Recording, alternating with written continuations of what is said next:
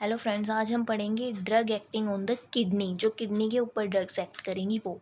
सबसे पहले आता है इसमें डाययूरेटिक्स। डाययूरेटिक्स है क्या? The substance which cause loss of water and sodium through urine. Means ऐसा सब्सटेंस है जो वाटर एंड सोडियम का लॉस करवाता है यूरिन के थ्रू, उसको हम डाययूरेटिक बोलते हैं। डाया का मीन्स ही है कि दो, यूरेटिक मीन्स लॉस करवाना यूरिन के थ्रू, ठीक है। और इसमें क्या आता है, वाटर ऑलवेज फॉलो करता है सोडियम को, ठीक है। Only water loss is possible. ये तो पॉसिबल है कि जो वाटर है ना सिर्फ उसका लॉस हो, ये चीज़ पॉसिबल है। But only sodium loss not possible. But sodium का लॉस हो ये पॉसिबल नहीं है, क्योंकि जहाँ पे सोडियम है ना वहाँ पे वाटर जाएगा ही जाएगा, ठीक है। तो ध्यान रखना इस बात का, ये क्या है कि ओनली वाटर लॉस है जो वो हम समझ रहे हैं कि यहाँ पे होएगा, ठीक है। बट ओनली सोडियम लॉस नहीं पॉसिबल है, क्योंकि जहाँ सोडियम होगा वहाँ पे वाटर जाएगा ही जाएगा। सबसे पहले हम पढ़ते हैं एक्वारेटिक डिजीज़। एक्वारेटिक डिजीज़ में क्या आता है, when person intake excess water. अगर कोई पर्सन ज़्यादा इनटेक कर लेता है वाटर का, तो उससे क्या होता है, लॉस ऑफ ओनली वाटर, सिर्फ वाटर का लॉस होएगा, उसको एक्वारेटिक्स बोलेंगे, ठीक है। स्मॉलेस्ट फंक्शनल यूनिट क्या है किडनी की? नेफ्रॉन है। नेफ्रॉन के स्ट्रक्चर अगर हम देखें तो ये सबसे पहले है glomerulus, PCT proximal convoluted tube, and ये है लूप जिसमें आती है thin loop of Henle and thick loop of Henle, DCT collecting distal convoluted tubule, and ये आ जाती है हमारे पास कलेक्टिंग डक्ट, ठीक है।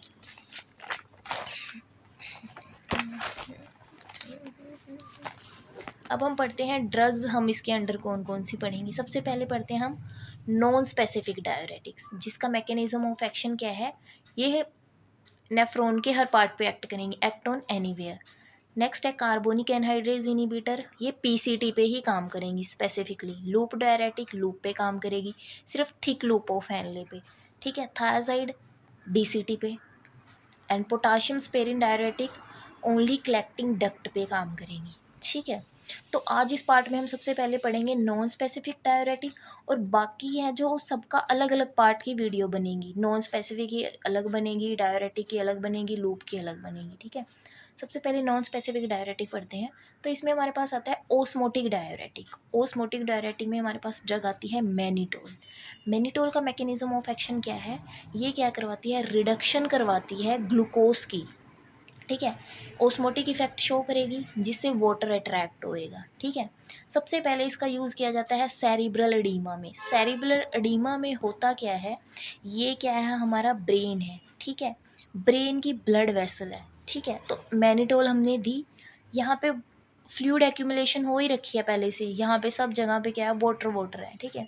तो मैनिटोल जैसे ही गई वाटर को अट्रैक्ट करेगी, ठीक है। मैनिटोल के साथ ना वाटर भी बाहर है, ठीक है।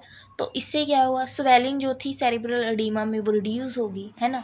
तो इसने क्या किया, एक्यूमुलेशन ऑफ फ्लूइड था ना, जो वाटर थी, स्वेलिंग थी न्यूरॉन में सेरिब्रल एडीमा में, मैनिटोल ने ऐसे सही कही ऑस्मोटिक इफेक्ट शो करके वाटर को अट्रैक्ट करके। नेक्स्ट है mechanism of action of mannitol in cerebral oedema, ठीक है। तो ये क्या करेगी, सबसे पहले तो ओस्मोटिक इफेक्ट शो करती है, उसके बाद ये वाटर को अट्रैक्ट करती है। मैनिटोल क्या करती है, सबसे पहले किडनी के पास जाएगी, फिल्ट्रेशन होएगा, ठीक है। फिर वो शो करेगी डायूरेटिक का सेकंड इफेक्ट। सेकंड इफेक्ट क्या है, सबसे पहले क्या था, when in cerebral oedema blood vessel is rupture then mannitol not use. अगर तो सिंपली है कि उसको क्या है, सेरिब्रल एडीमा है, तो हम मैनिटोल यूज़ करेंगे।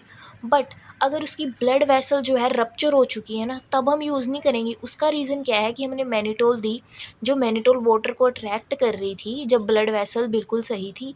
बट अब यहाँ पे रप्चर हो चुकी है तो वो ब्रेन में जाएगी, एक्यूमुलेशन को और इंक्रीज़ कर देगी मैनिटोल। इसलिए जब ब्लड वेसल रप्चर है तब हम मैनिटोल यूज़ नहीं कर सकते, बिल्कुल भी नहीं कर सकते। नेक्स्ट यूज़ है इसका एक्यूट कंजेस्टिव ग्लूकोमा में। ग्लूकोमा क्या होता है, काला मोतिया जो होता है, ठीक है। इसकी मेनली सर्जरी की जाती है। तो इसमें होता क्या है, सबसे पहले ग्लूकोमा होता क्या है, इंट्रा ओक्यूलर प्रेशर होता है ना जो एक्वस ह्यूमर का, वो इंक्रीज़ हो जाता है, कंजेशन हो जाती है, जिसकी वजह से क्या होता है, ग्लूकोमा होता है। तो यहाँ पे मैनिटोल क्या अपना इफेक्ट शो करेगी, सबसे पहले ओस्मोटिक इफेक्ट शो करती है, प्रेजेंस ऑफ एक्वस ह्यूमर का जो प्रेशर है उसको डिक्रीज़ करेगी। और ड्रग ऑफ चॉइस रहती है एक्यूट कंजस्टिव ग्लूकोमा में मैनिटोल, ये इसका सेकंड यूज़ है। ठीक है, अब हमारे पास आता है इंसिपिएंट यानी कि अनकम्प्लीट रीनल फेलियर। ठीक है, तो ग्लोमेरुलर फिल्ट्रेशन रेट जो होता है रिड्यूस हो जाता है, बट इसमें जीरो नहीं होता। ठीक है, सेम इधर है कंप्लीटली रीनल फेलियर में जीरो हो जाएगा ग्लोमेरुलर फिल्ट्रेशन रेट। ठीक है, तो अगर हमने यहाँ पे दी मैनिटोल किसी को, तो यहाँ पे क्या था, 2 लीटर ब्लड था ना, तो फिल्ट्रेशन रेट ज़ीरो तो नहीं हुआ ना, तो 1% जो है वो यूरिन होएगा ही, है ना। बट यहाँ पे क्या है, फिल्ट्रेशन रेट ज़ीरो है, तो मैनिटोल दी, ब्लड जो था 4 लीटर था ना हमारे पास, ग्लोमेरुलर फिल्ट्रेशन ज़ीरो है, तो 2 लीटर रह जाएगा यहाँ पे। ठीक है, तो मतलब हम यहाँ पे उसको यूज़ कर सकते हैं जहाँ पे फिल्ट्रेशन रेट हमारा ज़ीरो हुआ है। ठीक है, बट जहाँ पे इनकम्प्लीट रीनल फेलियर है वहाँ पे मैनिटोल को हम यूज़ नहीं कर सकते। थर्ड इसका फोर्थ आगे यूज़ आता है पल्मनरी एडीमा। मेनली क्या होता है, हार्ट पंपिंग करना डिक्रीज़ कर देगा ना, तो ब्लड शो करता है बैक फ्लो हमारी लंग्स में, जिसे एडीमा होता है। ठीक है, तो नॉर्मली क्या है, ब्लड जो था हमारा 2 लीटर था लंग्स में। ठीक है, तो हार्ट क्या करेगा, काम नहीं कर रहा है ना, तो blood going into lungs, blood हमारा वापस लंग्स में चला जाएगा। ठीक है, जिससे एडीमा हो रहा है। तो अब हमने किसी को मैनिटोल दी, उसका 4 लीटर ब्लड था। ठीक है, लंग्स गए, लंग्स हार्ट पल्मनरी एडीमा क्या था, इंक्रीज हो गया। ठीक है, तो मैनिटोल ने यहाँ पे क्या किया, अट्रैक्ट कर दिया। मैनिटोल ने क्या किया यहाँ पे, अट्रैक्ट कर दिया वाटर को। तो